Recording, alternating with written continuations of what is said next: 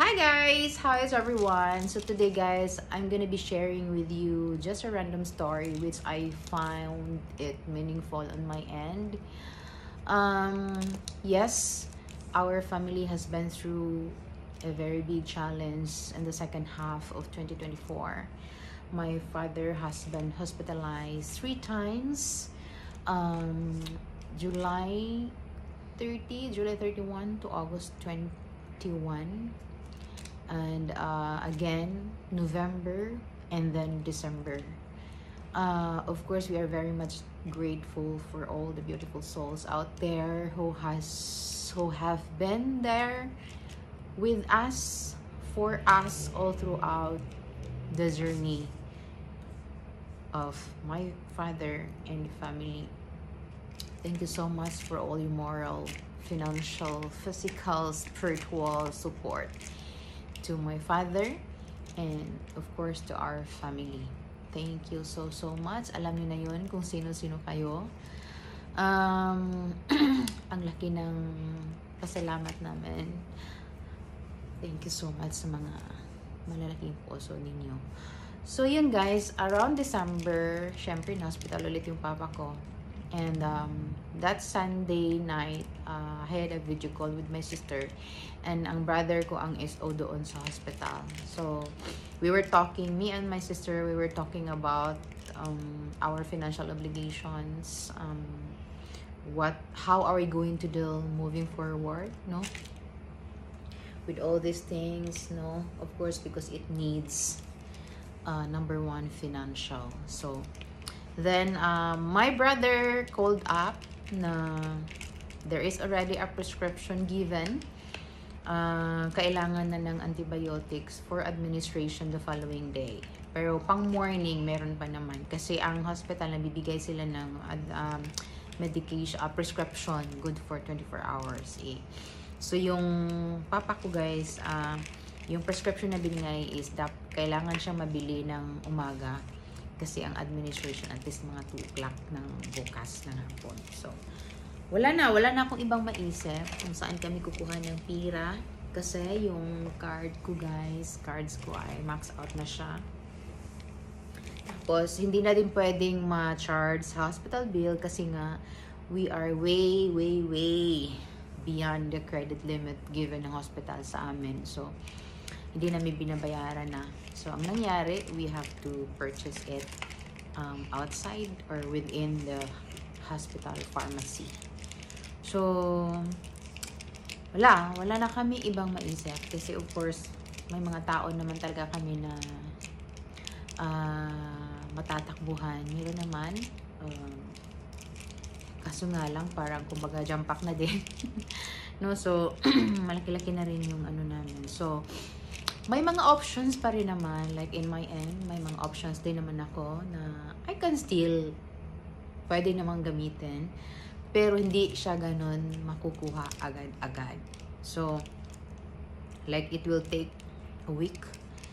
So, wala na, sabi namin si Lord na bahala kung saan, kung meron pa mang magpapahiram or wala na, ganun. So, morning, syempre nag-duty ako sa office. So, around 9 o'clock, somebody called me, and then sabi niya, ma'am, may delivery po ako.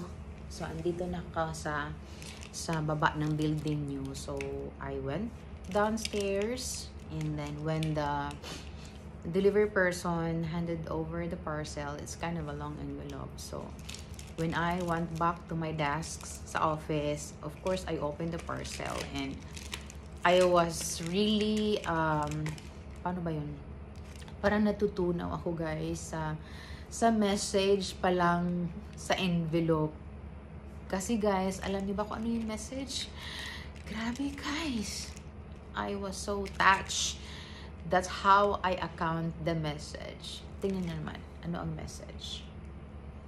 I'm in charge. So for me, I account this as God's message. I was being reminded that we are not alone. You are not alone. Hindi tayo nag-iisa guys sa lahat ng mga problema na pinagdadaanan natin. Lagi niyang nire-remind, nandito lang ako, ganon. No guys, hindi pa ako naka-move on. Hindi ako naka-move on sa message kasi sobrang ganda ng message talaga. Like, my God. So, yun.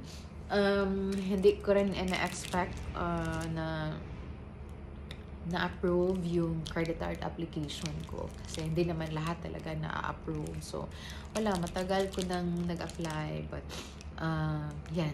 Dumating ito.